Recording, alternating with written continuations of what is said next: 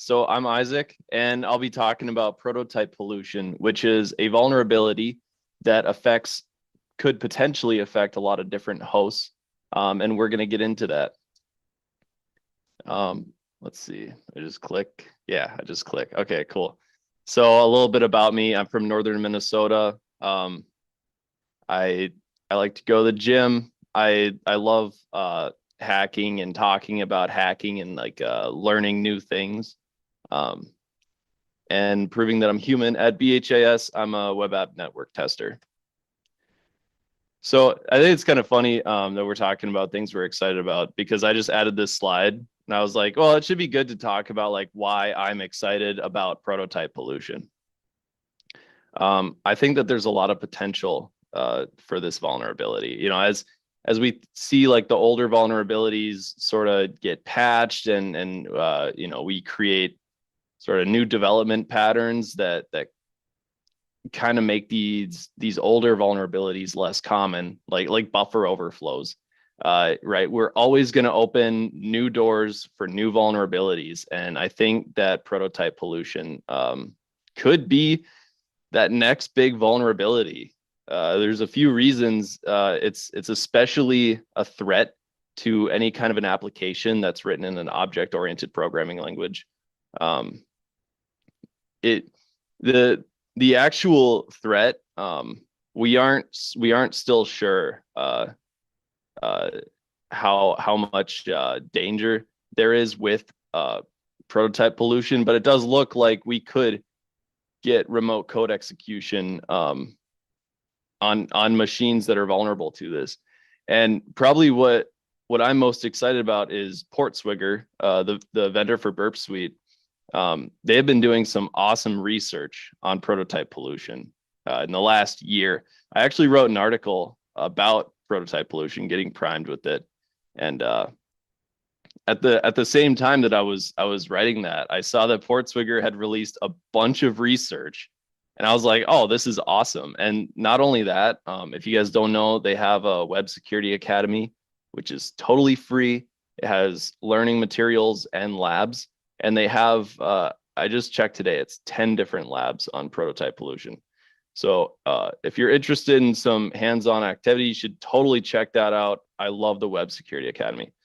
So, all right, let's dive into a little bit of, well, so in general, why testing web apps is awesome is because, for starters, the large attack surface, even like the smallest organizations might have, you know, dozens and dozens of sites, and they might not know that they still own some sites, and so that leaves a lot of potential for maybe some really outdated machine. It's also very easy to be stealthy when you're targeting websites, because there's so much noise on the public network that you can really just blend in, especially if you slow things down. You can, you know, route through different hosts. And in terms of what is exposed to the public network, I mean, it's kind of scary what, you know, people will drop authentication in front of and leave open on the public network. You might have, some critical controls, and then even then, there's likely some valuable data on different websites. One of my favorite quotes is that web applications are just filters for databases. That's really what it is. If you're going to log in, that login feature is a filter from the web application that is just keeping you between your data, right? Or like if you don't have access to data, the web application's job is to just really filter out that data.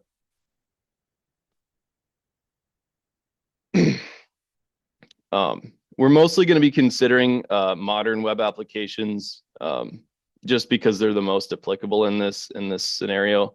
The way that most modern web applications work is when you visit a site, there's a bootstrapping script that gets loaded in your browser, and then so if you're using React, you know, you'll have like your initial request, and a bunch of other JavaScript scripts chunks will load after that.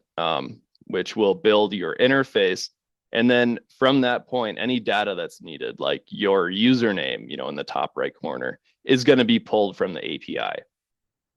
So there's a lot more back and forth in modern web applications. And really, when you have a modern web app, it's more like you're downloading a whole program. Like you have your own machine in the browser that just takes some of the load off of the server.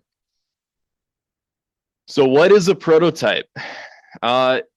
If you're familiar with object-oriented programming, you know about inheritance, and that's where the concept of a prototype comes from.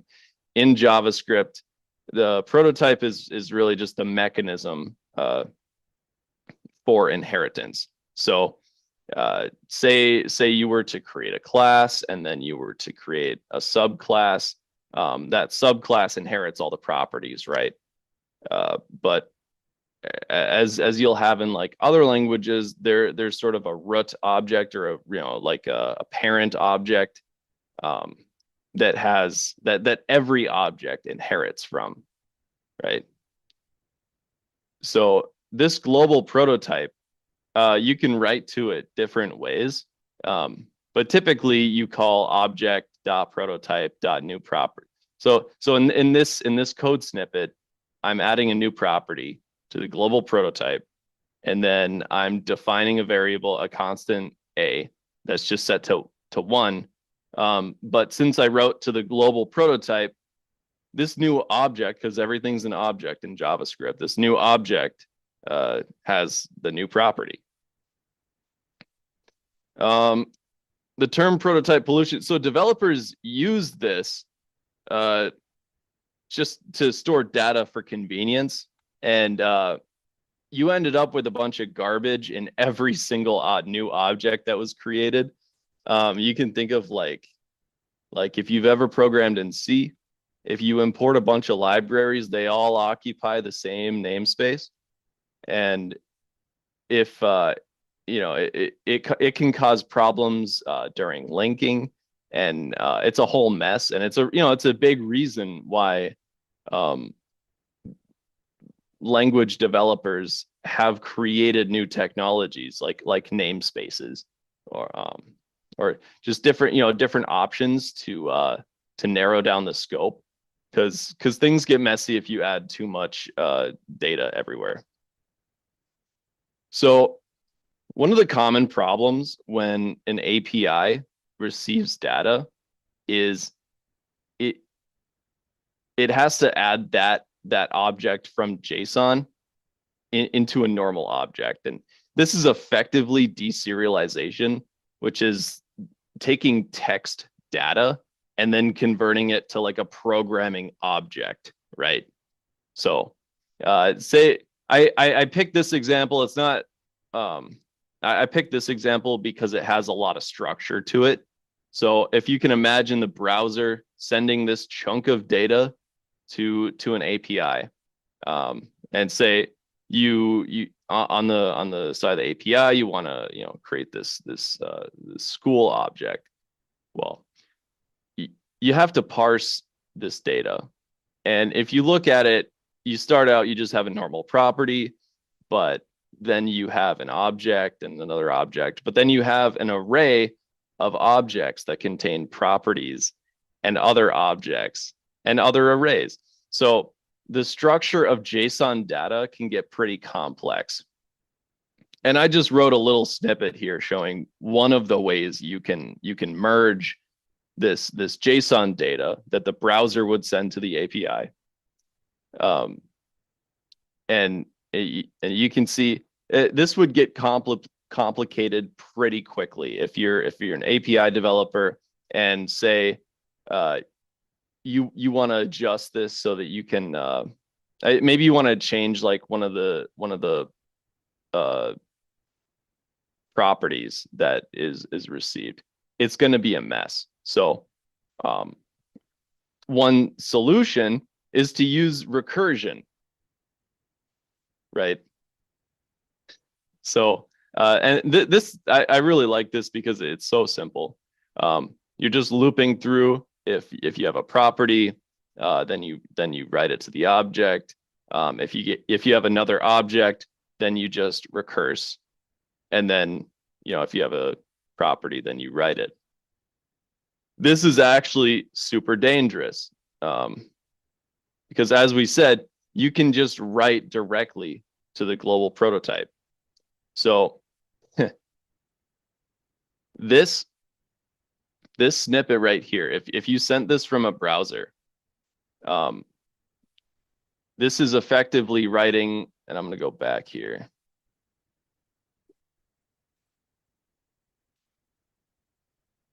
This is effectively writing to the global prototype.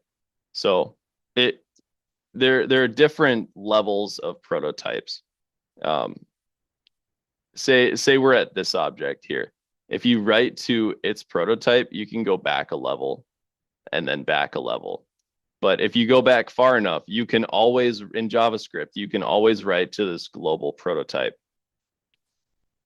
And if you can do that from a remote service, then again, you can change every data structure on the server.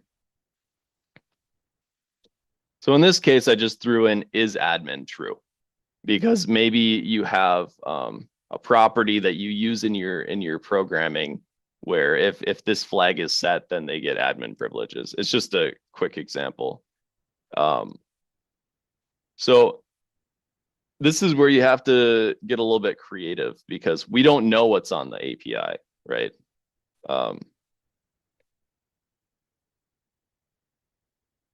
So if you have a configuration, then theoretically an attacker could maybe fuzz different properties. And another really interesting thing, this is what gets me super excited about prototype pollution. You can overwrite functions, right? So the global prototype has a toString function that all objects have, and you can overwrite this. The only problem is that there's no good way to actually write like function code. Like you can't just overwrite toString with actual JavaScript.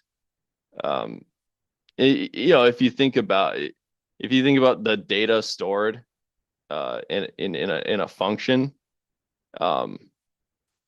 there's really no way to write meaningful code in there yet, right? But like this is one of my favorite things though, is JavaScript is so weird. There's tons of potential that maybe there is some way to overwrite functions. Actually, do I have a I don't have a snippet of JSF, but there are some crazy syntaxes you can use in JavaScript that are valid, and I think that there's potential, and if so, then that would be a straight shot remote code execution, which would be really cool. And like I said, there's a lot of research that's been going into this. Going forward, actually, this is another really interesting one. So I was talking about how JavaScript is vulnerable to this, but Python apparently is too. There's some new research, and this was 2023. So like I said, there's still new research being done,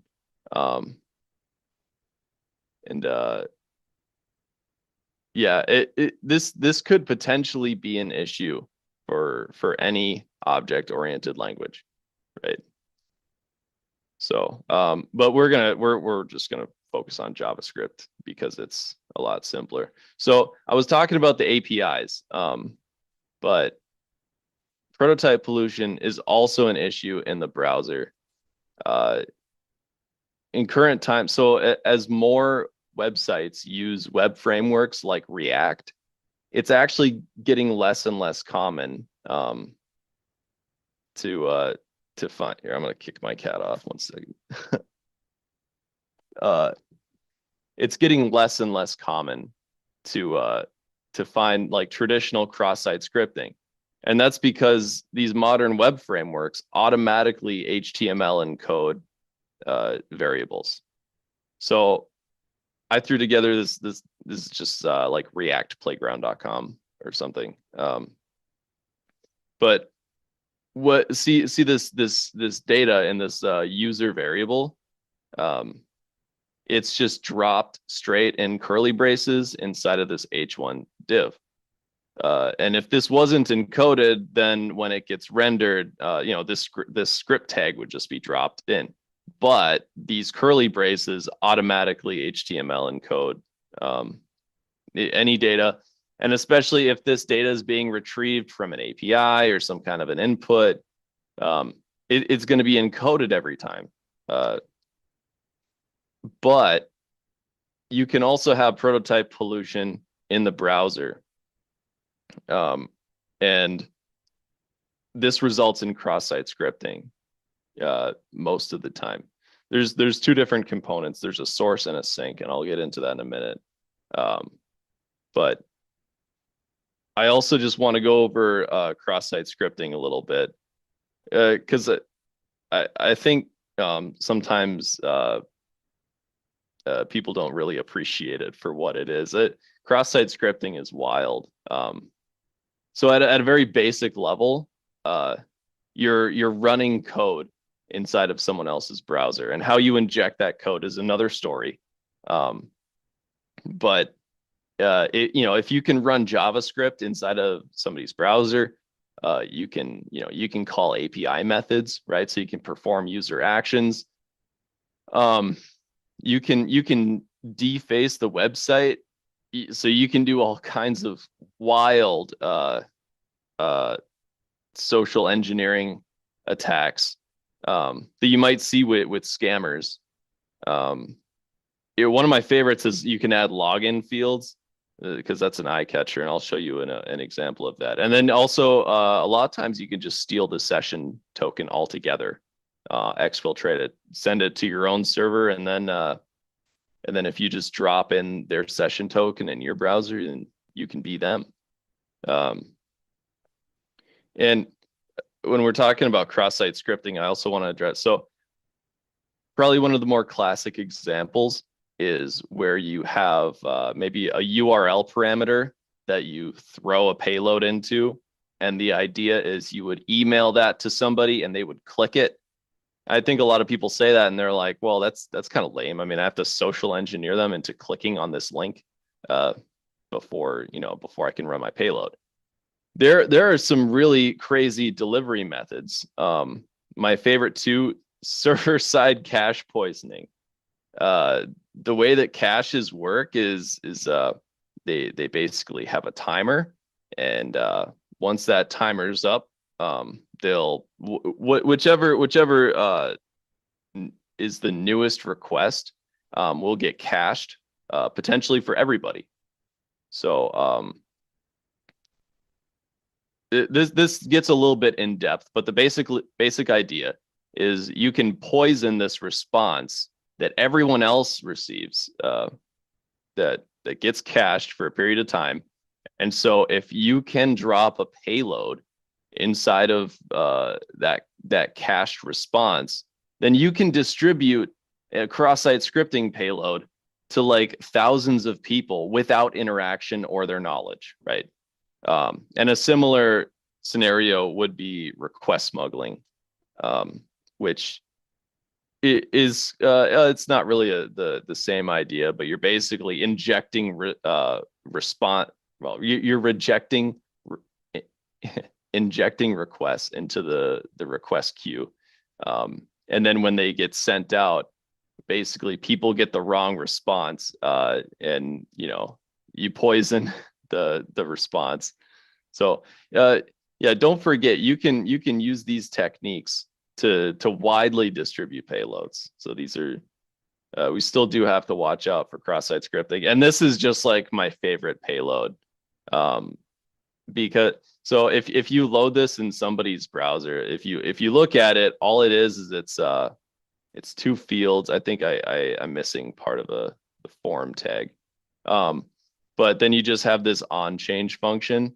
And so what happens is you drop this into a browser, and the browser sees input fields. And, we all know that, like, whenever pretty much everybody has browser autofill enabled at this point. So as soon as you browse to a website, if that site has a login information, your browser sees that, and it's like, oh, hey, it's asking for credentials. I know what to do. It just fills it automatically.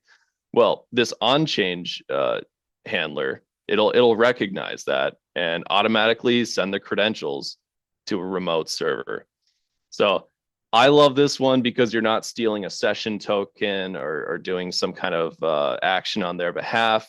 You're actually just stealing their credentials. And this is a great way, if you're having trouble convincing somebody that cross-site scripting is a problem, you can show them a demo of this and it'll wake them up a little bit. So going back to on the server, it's complicated. It depends on the context. Really, the best hope for us to really take advantage of prototype pollution on the server is to do more research. And Portswigger has actually done some awesome research on this. We just have to find common libraries and frameworks so that we can reliably send payloads that will cause some sort of unwanted action, right? But the actual potential is anything that you can think of. You just it's really hard to explain the scope of what is possible, but it's remote code execution and everything less than. Yeah.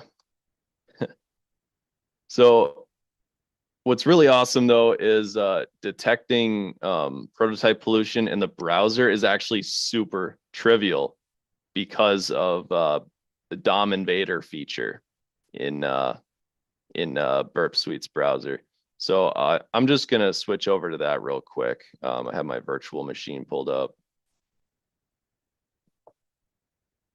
I don't think I'm gonna go into full screen mode. I'm gonna see if this is still live. Yeah, I think my session. Yeah, okay. So the session's dead. I'm gonna go through this whole process quick. Just getting set up.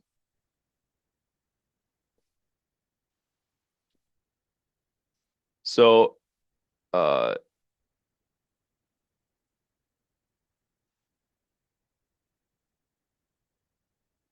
if you go to the proxy tab and then intercept, there's this option, open browser. Burp has a built-in browser and it's really cool.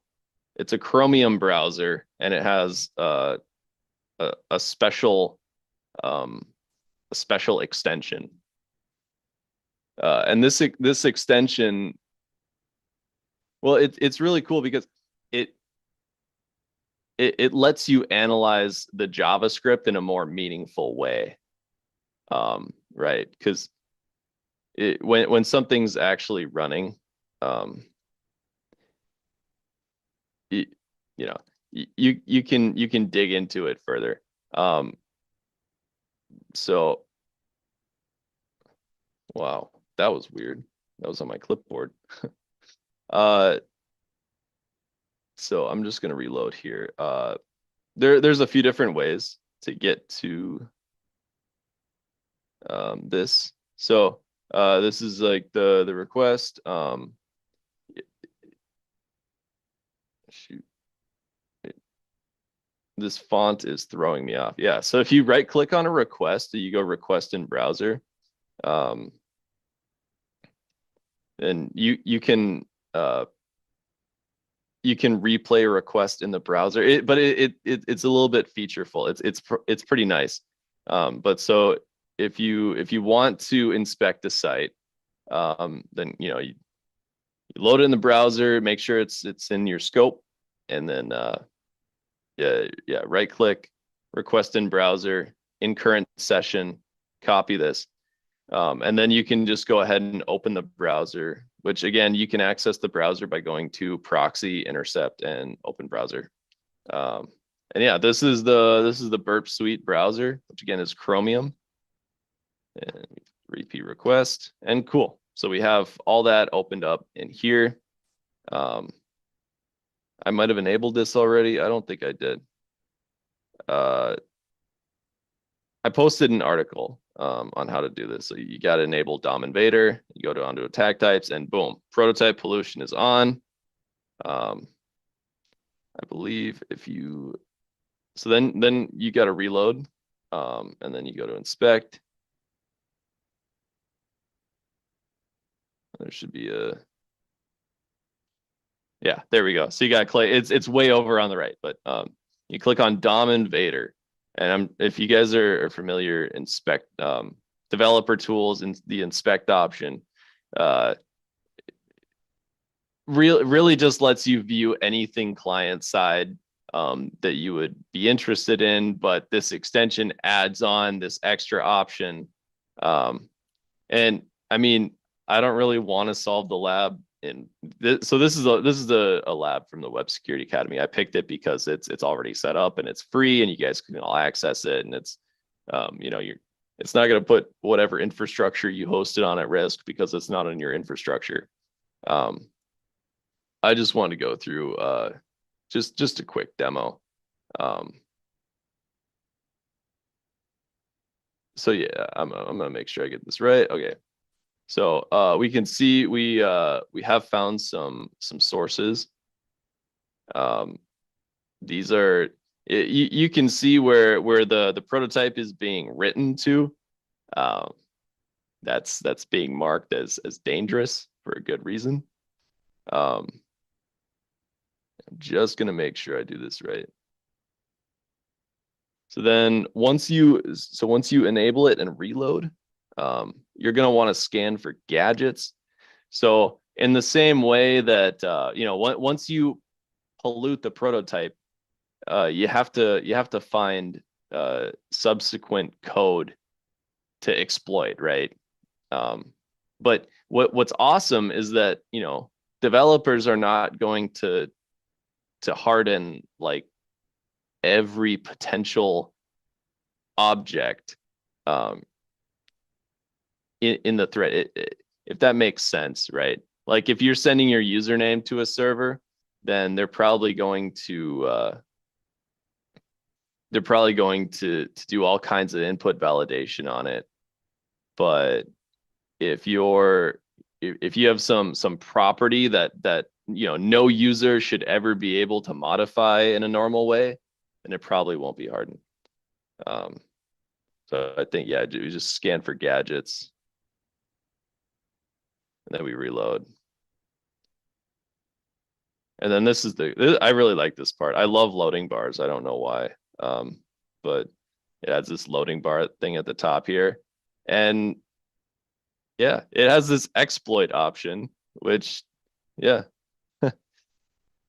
Again, I don't feel bad solving the lab because this is, you can do this. You can use their tool to do this to solve every lab, right? Or you can do it manually. But it only takes like a couple of minutes to run through and to maybe find a free cross-site scripting vulnerability. Yeah, no, this exploit just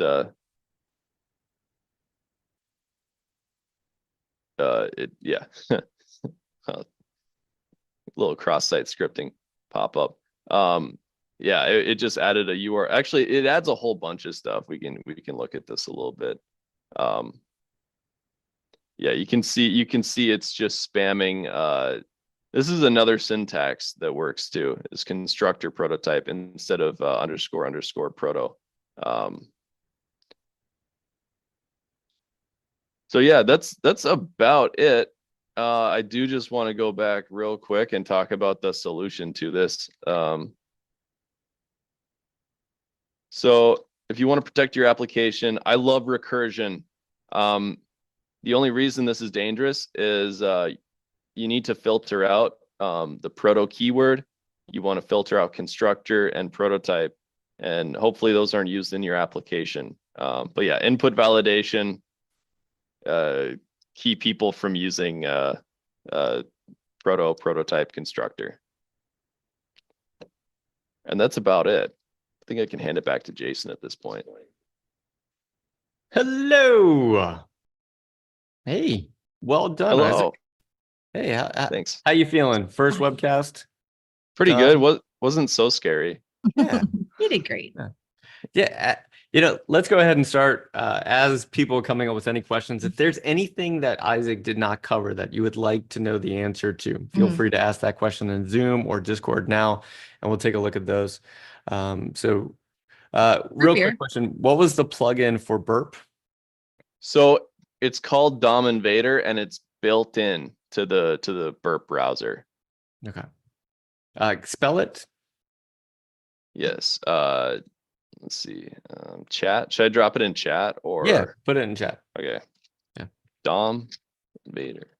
Yeah. DOM Vader. DOM. DOM Invader. Yeah.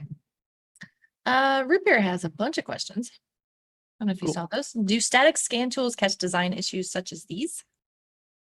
That's a great question. I honestly don't know, because there isn't really enough attention on this in the industry overall. I tried getting Chat GPT to write some stuff, and it had no idea what I was talking. Like it would write bad examples. I don't know if there's enough awareness in the way that you might catch like a SQL injection vulnerability in static analysis. So that's a great question. I don't know. Let's see. He has 3 others, so we'll see. Can input validation be used to catch over permissioned objects or fields, i.e. object.admin equals true? So, and I mean, that's where it's interesting. Hopefully, it depends on how your input validation is set up.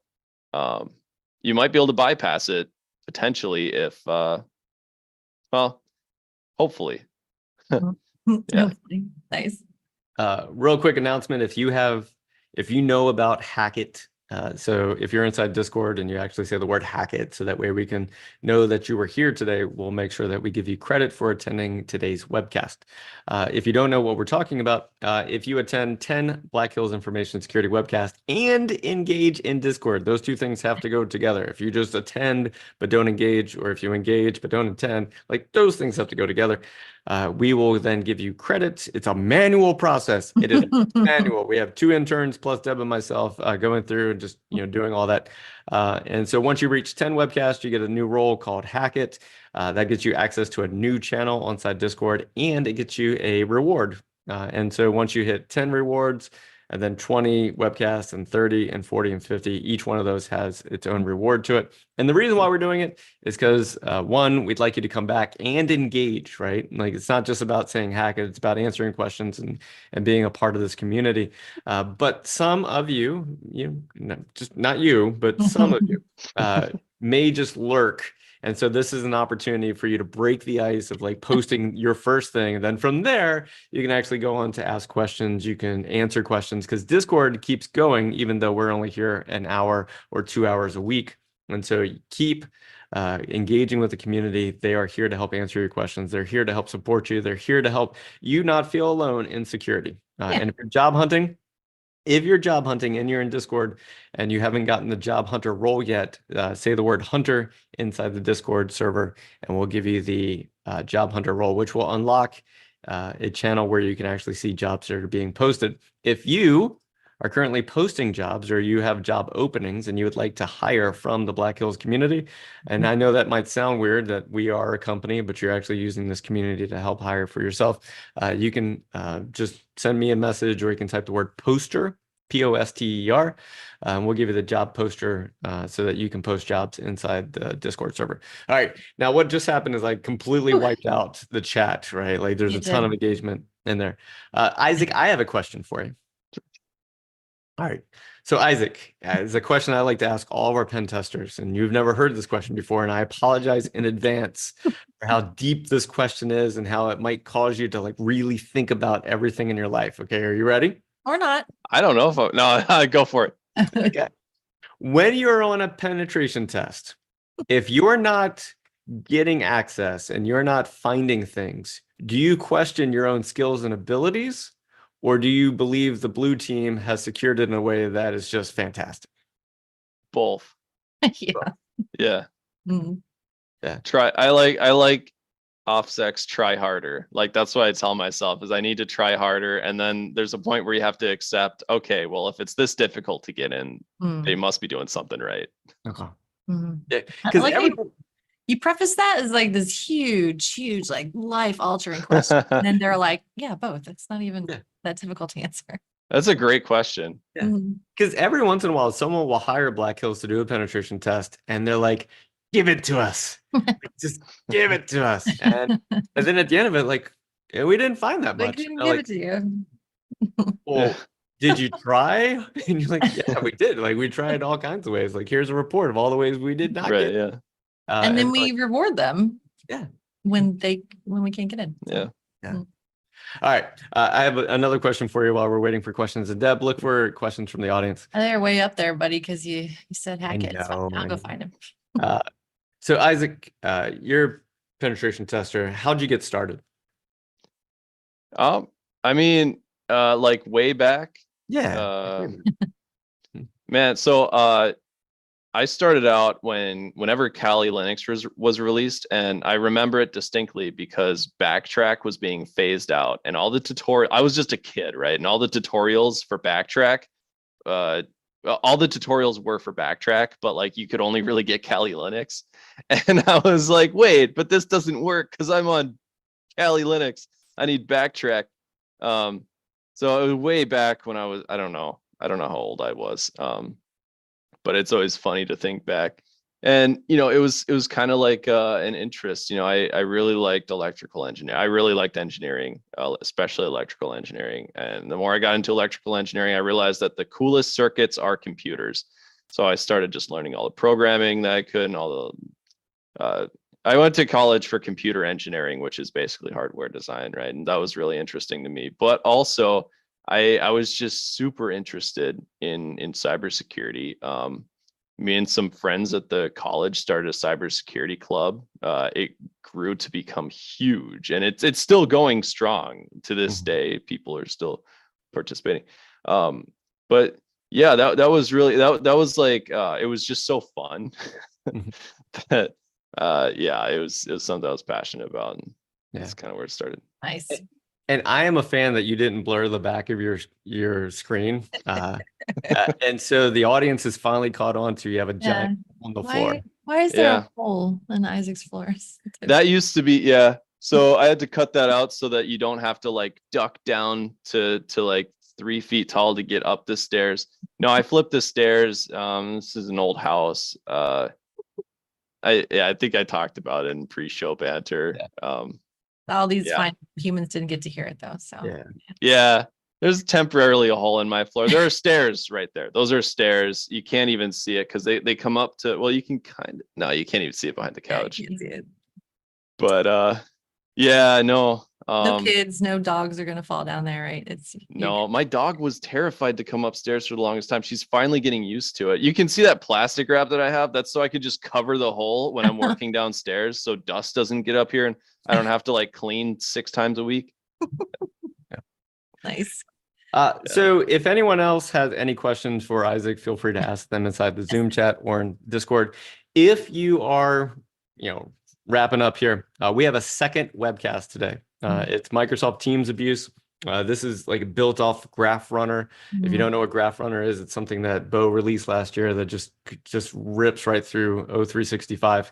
And so we discovered as Black Hills that we could get into Teams and we could do a lot of things inside Teams at organizations. And so Matt's about to talk about all the things that we can do through Teams. And once we learned, I was like, why are we still using Teams? Yeah. We just told everyone that what we use. Thanks, Jason. It's great. And Google. It's not a challenge, Google's sweet. Yeah. Google's sweet. Yeah. So Let's see. Anything else? All right. So as we wrap up today, what is your best Ooh. defense for this attack? Input validation. I believe across the board, that's what they recommend. Specifically, if you filter out because there's only really a finite number of ways to write to the global prototype. I'm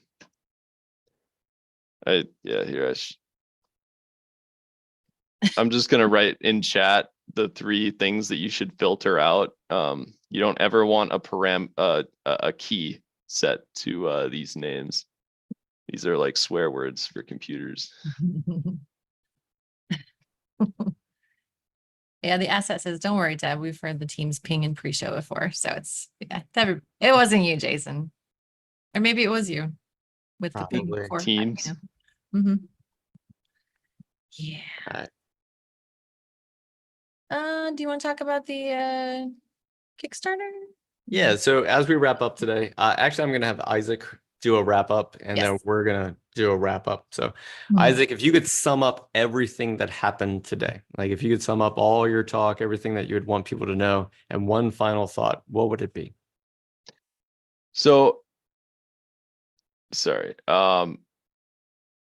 Let's see. The best way to put this, you might not know it, but it's possible to write to the global prototype in JavaScript. And this global prototype, every object will inherit whatever properties you set. And the effects of that are profound and far-reaching. Thank you, Isaac. Yeah, that's good. All right. And my last question for you, Isaac. So we asked you to share your knowledge here today. How much was there fear? Was there imposter syndrome? Like did it take you a little while to get to like where this was going to be okay today? Or is this something that you would feel like natural doing in the future? Yeah, I think really it's just a hard topic to describe, again, because there's emerging research I mean, the concepts are maybe a little bit well, it's like to come up with an example without something that's obviously contrived is tough. It felt, I was worried I wasn't gonna explain it clearly enough. That was my biggest fear. Mm-hmm. And really, this is, it's an ongoing thing. I hope that I'm just helping people chip away at this. Prototype pollution is not, it shouldn't be a scary concept. If I made it seem like it was, I'm sorry. But no, I mean, this has been fun. I was very comfortable. Did Thanks. great. Did great. Thank you. Well, Yeah, Isaac, a lot of great feedback. Yeah, thank you so much for sharing your knowledge today with the Black Hills community. And for those of you that have been watching, if you know about our upcoming comic book series launching on April 4th on Kickstarter, right? It comes out at DEF CON, like around DEF CON time. We're hoping to get it done by then. You can go to The Future Is on Kickstarter. You can click on the notify me on launch. It will help you create a Kickstarter account. And then that way on April 4th, you'll get a notification that the account has gone live. Why are we doing comic books? Because we're trying to bring cybersecurity to comic books and comics to cybersecurity. And if you caught us earlier, Bo is creating an album, like a musical album, to get you into the mood, to immerse you into this future world where it's like 30 to 40 years into the future, and we have the hackers that live in that time frame, like hacking the technology of that time. And so what we're doing is we're looking what technology is coming and what can we do to either fix it now or start preparing for it ahead of time. So that's what the Future Is series is about. But we're also putting CTF challenges into the comic book itself. And so when you get to a part where the characters are hacking, you'll get a chance to do the same hack as well. So that is what's coming soon. So if you need a link to that and you would like to click on the notify on launch, feel free to do that. So what we're going to do is we're going to kill this Zoom session. You're going to go back to the lobby. And then from there, you're going to click on join the next webcast on Microsoft Teams Abuse with Matt Eidelberg. Thank you so much for joining us today. If you're not joining us for the second webcast, we appreciate you being here. And if you said hack it, we already got you. And so if you are in Discord, cool. If you can't be in Discord, like, we understand. And so we'll try to come up with something that we do for people who attend our webcast who can't be in Discord, but Discord helps us, like, it makes it easy to identify, right? The rest of it. All right. Isaac, thank you. Deb, as always, let's go ahead over to the next webcast. As and always, there'll be some pre-show. A couple Yeah. some Yeah, questions. we'll have time for a Plus, little pre-show. over there. Yeah. Thank you guys so much. Yeah. Thanks, Isaac. You did great. All right. Thanks. Bye, guys. All right, Ryan, kill this one with That was- fire. Kill this one.